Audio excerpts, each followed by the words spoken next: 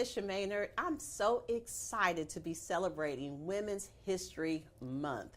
This is a time where we can learn more about how women are making great strides and impact in our communities, in our nation, and in the world. One of the things that we have to make sure as women is that as we make great strides, that our temple or our body is healthy. And so as we celebrate each other, let's make sure that we focus on women's health. Today, I get the opportunity to have a discussion and conversation with one of our greatest allies and advocates. He is a thought-provoking leader, Dr. Joseph Webb, CEO of Nashville General Hospital. Dr. Webb.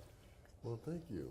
Yes. It's good to be here. Yes. So tell us a little bit about, I use the word advocate and ally because of some of the things that you've been able to do and how you approach women's health and women equality. So just talk a little bit about that.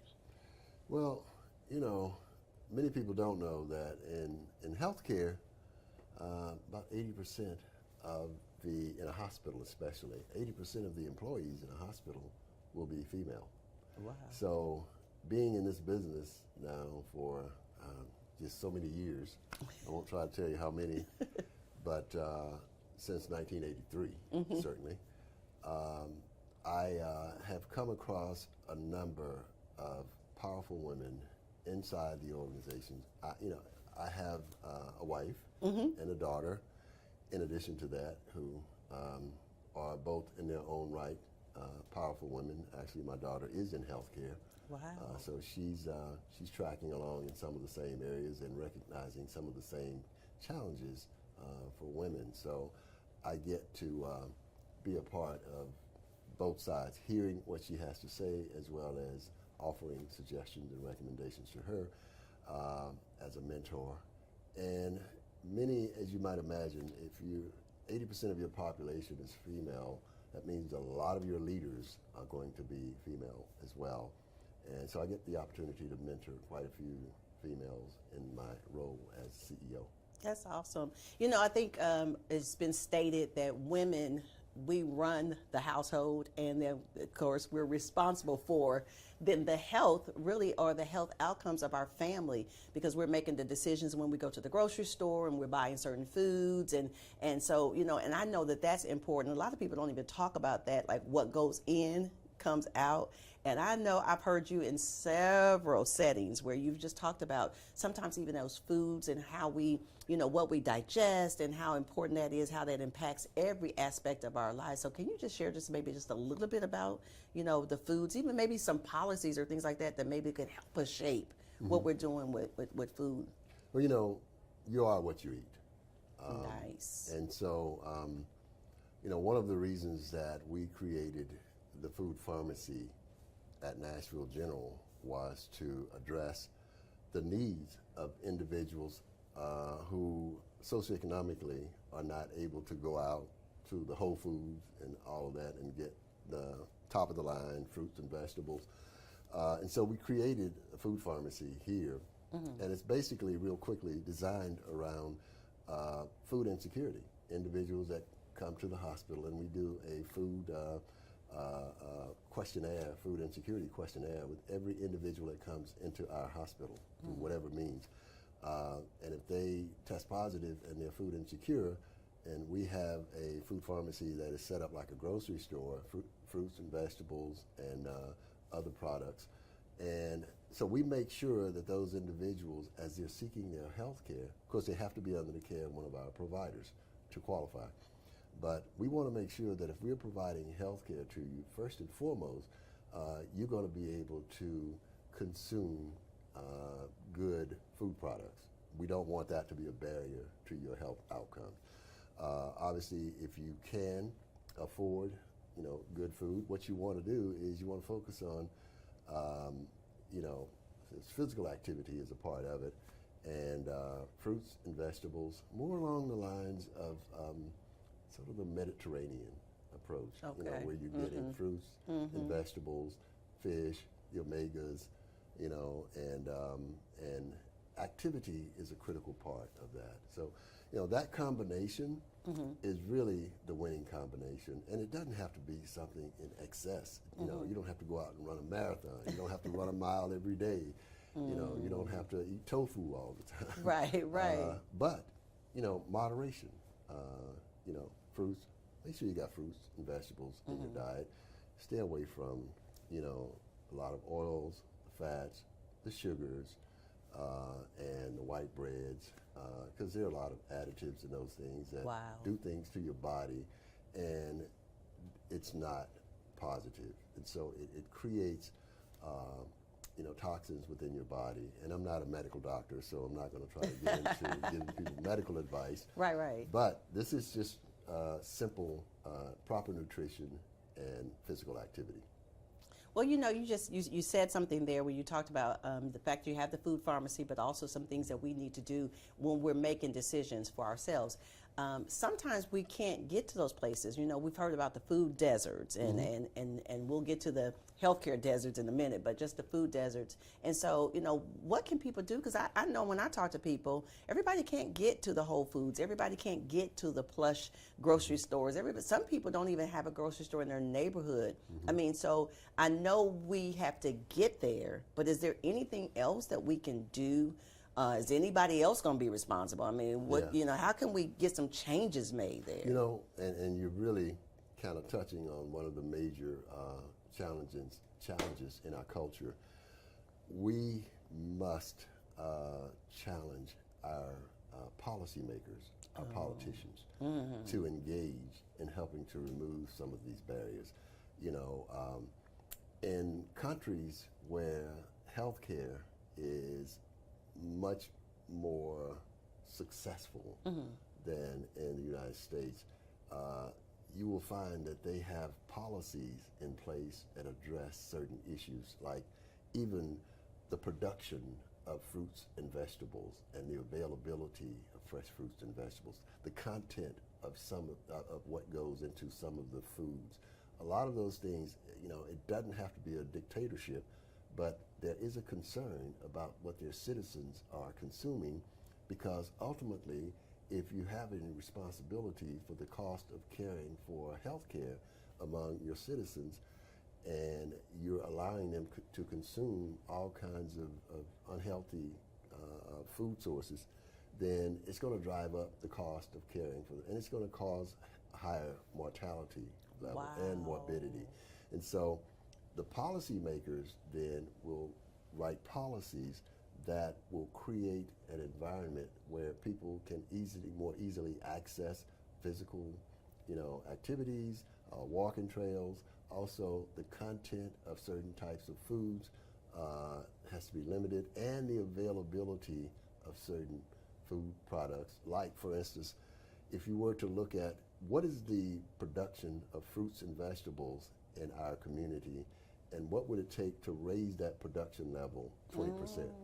Okay. Why not create a policy then that would create that, make it more plentiful? That makes it easier, because you can't just put the burden on the people to go out and say, because if I'm, socioeconomically deprived, no matter how much you extort me to go out and to be, physically fit and eat fresh fruits and vegetables, if I got to keep the lights on, or keep gas in my car, and that's going to drain my bank account, then I'm not going to be focusing on this food and nutrition. I'm going to get the lowest cost of energy per unit as I can get, and that's going to be those things I mentioned earlier: the oils, the fats, the white bread, and the sugars.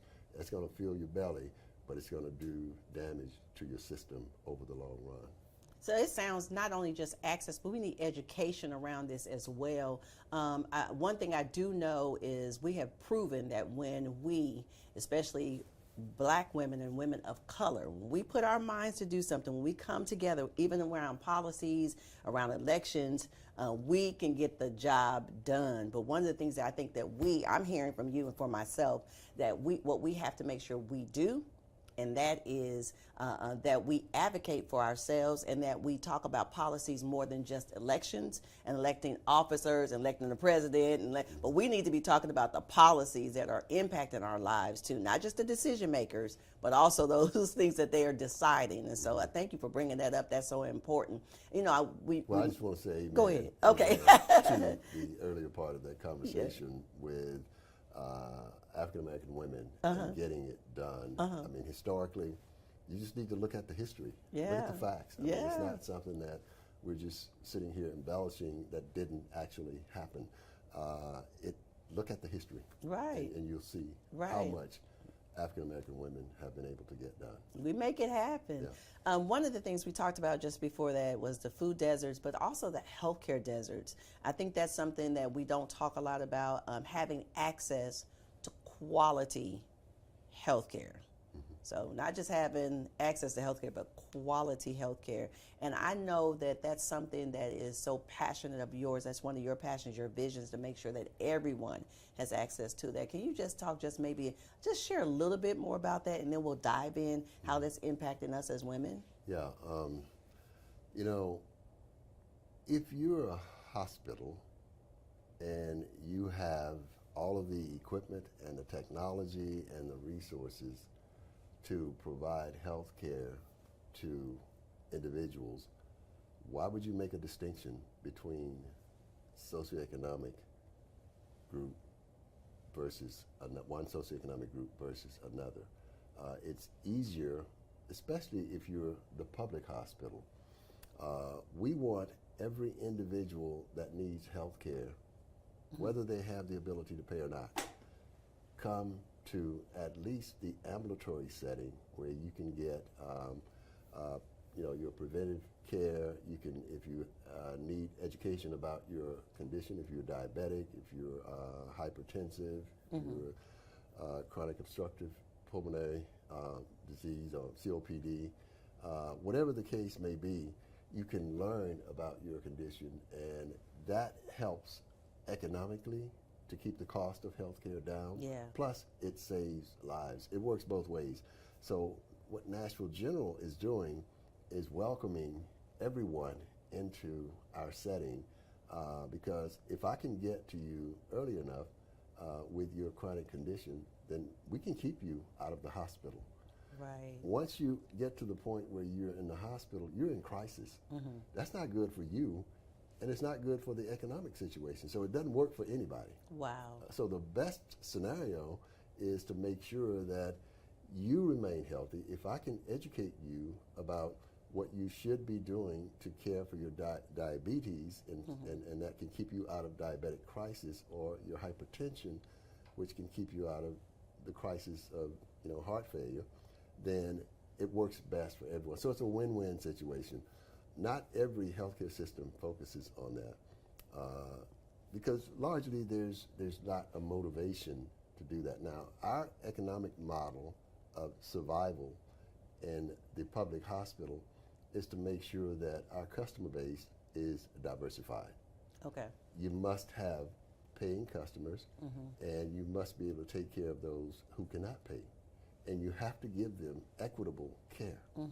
And so if you can do that, then your financial sustainability goes up, because just by virtue of the ratio of individuals who have the ability have insurance and those who don't, there are a lot more people who have insurance in the city than those who don't. So if you just are able to provide excellent health care and can penetrate the market, then you can maintain a more sustainable operation, and you can be around to provide care for all populations over time, because no one is going to just give you the resources to care for an indigent population. It's just too expensive to do that. And so for us, strategically, we balance it, and 60% of our patients are paying patients, and we have some highly satisfied customers, both those who don't have the ability to pay and those who do. You cannot distinguish, or separate the care one from the other. It has to be a continuum of care that remains consistent regardless of who walks through the door. I like that. And when you talk about continuum of care, I think one of the things I want to highlight, and I want to speak to my sisters that are out there right now. I want to talk to you because a lot of times we're the ones that's making decisions at home. We make a decision of what we're eating, where we're going to eat, where we spend our money. A lot of us spend time on hair and nails and making sure that we look good, but we're not taking care of this body here. And we're sitting here with a thought-provoking leader, one who is an ally and an advocate for us, and making sure that we have access not only to health care, but he's putting the education out there. We need to make those decisions. He just said this. You could have insurance, you may be self-pay, you may not have insurance, but we need to utilize the facilities. We need to utilize these organizations that are supporting us, looking out for us. We need to make sure that we're looking out for them. So we need to make those decisions about Nashville General Hospital, your affiliates.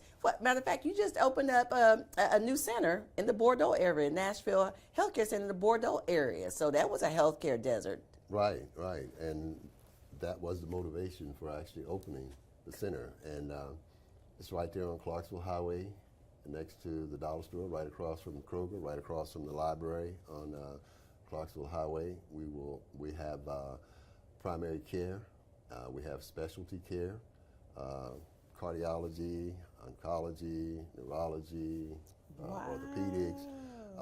We also will have a urgent care center. This is open weekends, after hours, and a big bonus will be the imaging center, which has MRI, CT, ultrasound, X-ray, and mammography for our ladies to make sure that they're getting their exams as well.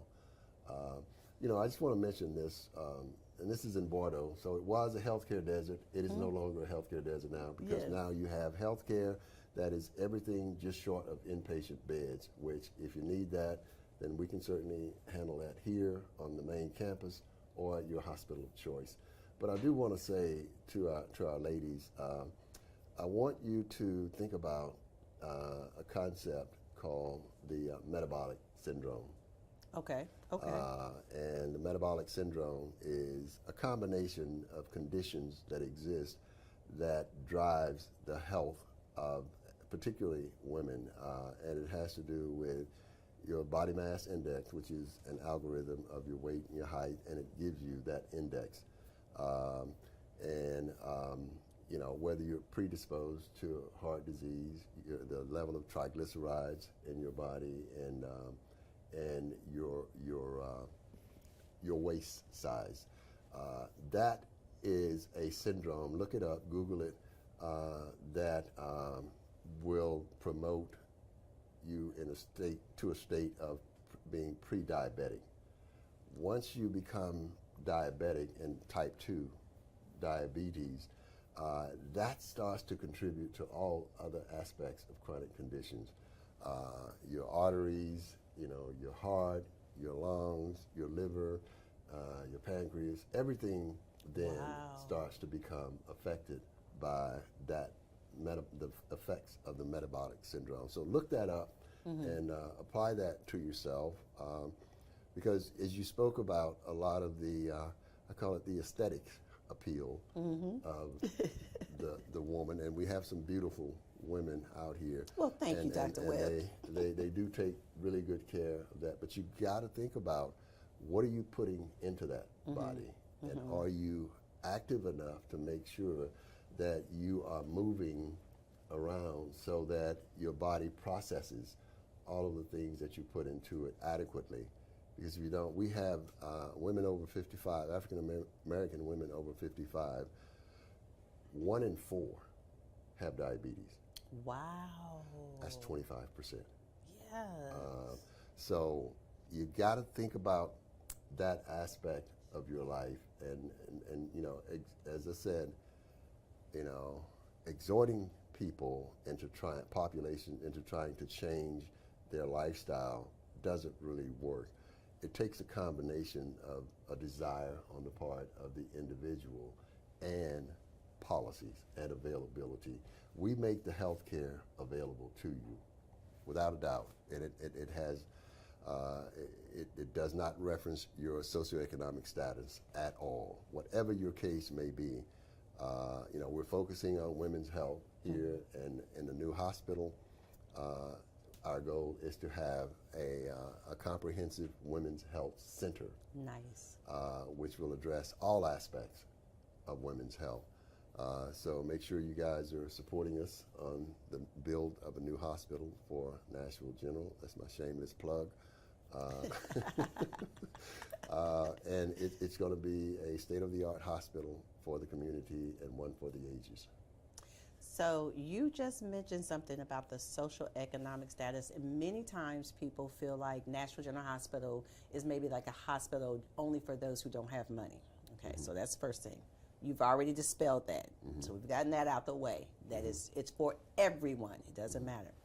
The other thing is, we have been taught that once our income reaches a certain level, that having access and our experiences are going to be greater. But I think I was in a meeting or in a session where you shed some light on this for Black women, that the same type of experience happens regardless of our income or our status.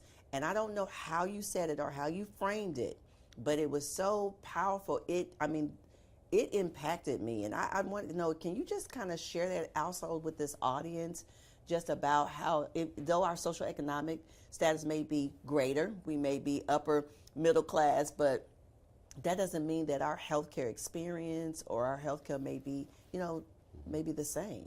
Well, there's the social gradient of health, and it basically speaks to the higher you get on the social gradient, the better your health is. And when looking at that from the African American female standpoint, particularly the maternal mortality rate, it was discovered that the mortality rate did not necessarily change when you controlled for the outcomes of the individual, and it was largely kind of a big question mark. Why isn't the African American female that is of higher socioeconomic status not changing with that maternal mortality rate? It remains the same. It is because it is within a culture. Just because your socioeconomic status changes does not necessarily drive all of the activities within your culture and how you think and how you process things. If if that were the case, all you have to do is go out and give people money, and their whole healthcare situation would just change. But if you're going to have the same approach and the same mindset, then it doesn't tend to have an impact. So, what I say is that we and African Americans and African American women need to look at the causal factors. What are the causal factors of the increased maternal mortality rate? Here are the causal factors.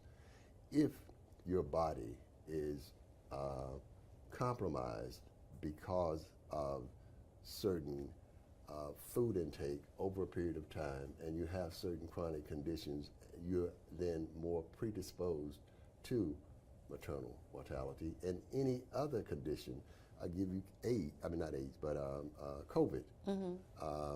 When we experienced COVID, because our bodies, and this was across the board, because our bodies were more predisposed to the conditions of that respiratory virus, we already had compromised systems, because we're most likely to suffer from congestive heart failure, hypertension, diabetes, right?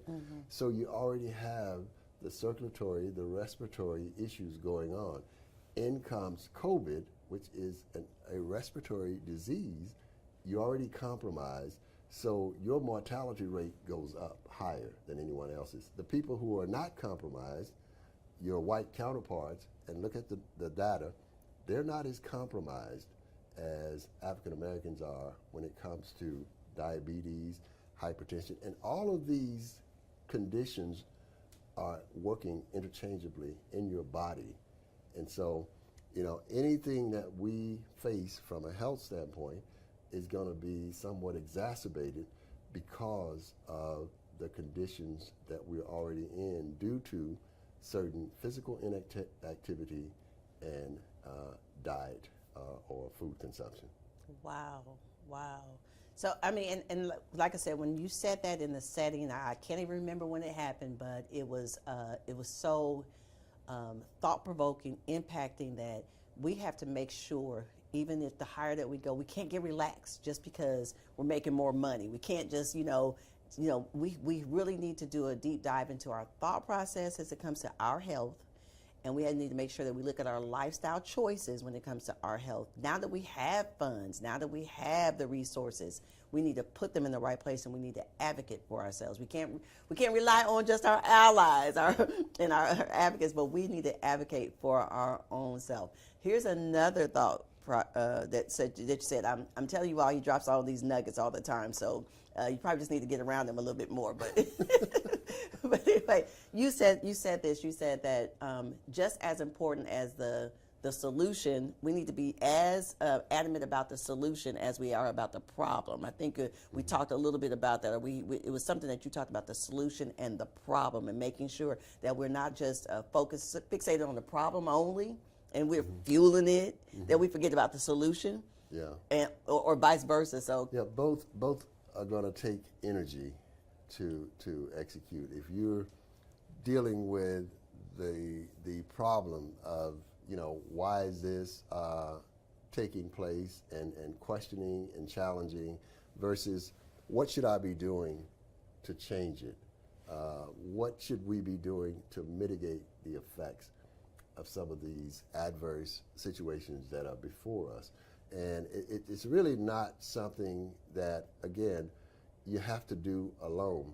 We should be challenging our policymakers. Once again, we have to challenge our policymakers, our politicians. Reach a point where when we elect politicians, then we tend to exalt them to a level of celebrity. Yeah, celebrity yes, status. yeah.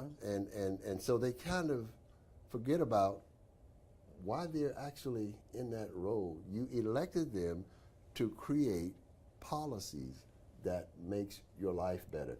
You elected them to do that. You should remind them of why you elected them to do that, because there are lots of opportunities right now for policies to be changed, particularly in this environment where we have some of the less flattering health outcomes in Tennessee and in Nashville, and particularly among people of color. So, it would be a good idea to start thinking about what are some policies that would help to mitigate the effects of some of these outcomes that you're experiencing. You don't have to fight those alone. That's why you elect politicians to help you with these things. And we just need to remind them they're not bad people.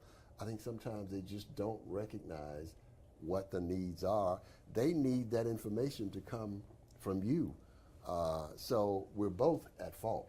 I mean, we can't just say it's their fault. Okay. Because if we're not informing them, if we're not reminding them and telling them after we elect them, we can't just elect them and then walk away, right? So you gotta talk to them. You gotta let them know, provide data to them, help to inform the policies that should be written in order to make life better for those who are exposed to a lot of these risk factors that reside within our culture. Dr. Webb, you have given us so much information. I mean, a lot today. And like I said, if you want to be around somebody that's thought-provoking, going to challenge you outside of the scope, then just make sure that you connect with Dr. Webb. Before we close out, is there something else you just want to leave with the audience as they, as they're listening, and just leave with them, and then we'll wrap it up and give some information about Nashville General Hospital yourself and some of the great things that you're doing. But is there anything else that you just want to leave a thought with them? You know, Nashville General Hospital has been around for, 134 years now. And I believe that right now it is more connected to the entire community than it's ever been. I think it's more independent functioning. I think we're a great teaching environment for our medical schools that are here, particularly Meharry. And I think with your support and moving forward with a new state-of-the-art hospital, it's going to be around for a lot longer. And so just be mindful of that. And also just want to offer a reminder that you hold the power. No one else holds that for you. No one else is going to take care of your situation for you. You know, we compare the situation of African Americans to whites and the health outcomes and the likelihood of certain disease categories. It's always more adversely on the African American side. Well, don't expect that someone else is going to come and fix that. If you're the ones that are being impacted by it, then you should probably be the ones to bring it to the table as something that needs to be addressed. Thank you, So I'll Dr. leave you with Webb. that. Oh, I appreciate that. Thank you so much for that. We are the ones who hold the power, and so we have to advocate for ourselves. It is Women's History Month, and so I'm calling all the women. We need to come together. We need to make sure that we're advocating for ourselves, making sure that our health is our priority, because you can have the best job, but if you're sick, it's not going to last long. You can be the best relationships, and your body's not feeling well. It's not going to go too well. But if you take care of this temple, take care of this vessel, make sure that you're feeding it correctly, exercising, that you're educating yourselves, and listen, as much money as we put in our hair and nails and everything else, let's make sure that we're putting it inside of our vessel through how we eat, how we work, and how we play. I had the opportunity to speak with Dr. Joseph Webb, CEO of Nashville General Hospital. It's so impacting, and I want to encourage you to make sure that you visit Nashville General Hospital, utilize their facilities, utilize their services. He is an ally, an advocate for us, and so is this hospital, the hospital systems, Nashville Healthcare at Bordeaux, the Healthcare Clinic 1919 on Charlotte Street. So you want to make sure that you utilize their services as well. If you want to learn more about Nashville General Hospital, please make sure you follow them on their social media platforms. If you want to learn more about Dr. Joseph Webb, CEO of Nashville General Hospital, follow him on his social media platforms. And if you want to learn a little bit more about me, you can follow me as well at my platforms, Ms. Maynard, President of Community Health Marketing, and I'm closing out with you. Remember that your health is important and your health matters. Check out the QR code that you see on your screen to get more information as well. Until the next time, and we're going to have another conversation, Dr. Webb, about some other things. This is not going to be the person only. We got a whole lot to talk about. Hey, this may be a new setup. We got a whole lot to talk about, and we want to talk with you.